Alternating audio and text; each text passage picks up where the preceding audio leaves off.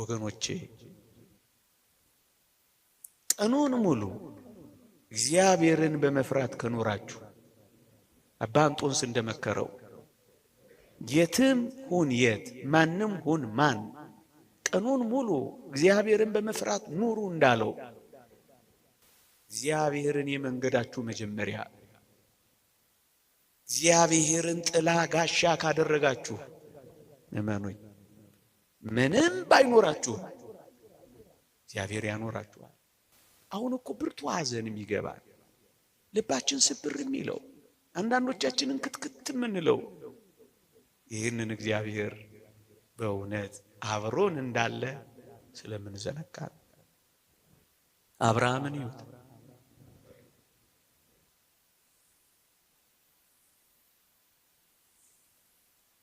ባዶ ሆኖ የወጣው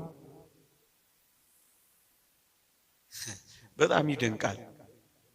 የከብት መንጋው ብዛቱን መቆጣጠር እስከማይችሉ ድረስ ነው የተጥለቀለቀው። ግን እኮ አያውቀውም ምድሩ፣ ግን እኮ አያውቀውም ስፍራው። እግዚአብሔር ባረከው።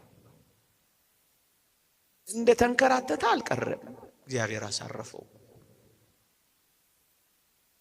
እያችሁ አሳርፈሃለሁ ማለት እኮ ይሄ ነው። እግዚአብሔር ከነሱ ጋር ከወጣ ያላሳረፋቸው የሉም። በጸሎታችንም በኖሯችንም ዋናው ጥያቄያችን የሚሆነው እግዚአብሔር ከፊታችን አለ፣ እግዚአብሔር በመንገዳችን ይቀድመናል፣ እግዚአብሔር ከኋላ ይከተለናል።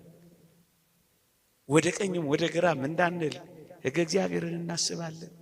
እግዚአብሔር አለ ወይ እኔ ካንተ ጋር እሄዳለሁ ብሏል። ይሄንን ማሰብ ይሄንን ማመን አለብን ምእመናን። ይኸው አብርሃምን ይኸው ቃል ኪዳን ገብቶለት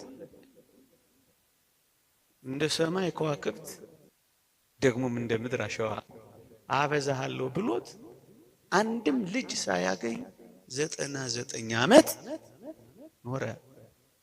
አዎ እግዚአብሔር ቃል ኪዳን እንደገባለት እንደ ሰው ቃል ኪዳኑ የዘገየ ቢመስልም እግዚአብሔር ግን ባበቃበት ሰዓት መጣለት።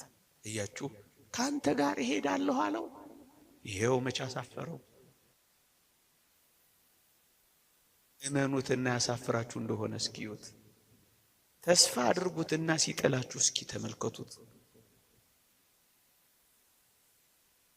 እንደው ከቀድሞ የበለጠ እግዚአብሔር ጠፉን ከተማ አድርጎለት የሌለውን እንዲኖር አድርጎለት ጠላቶቹን አስገዝቶለት እሱ ከሱ ጋር ስለሆነ ሁሉን ነገር ቀይሮለት እንዴት እንደባረከው ተመልከቱ።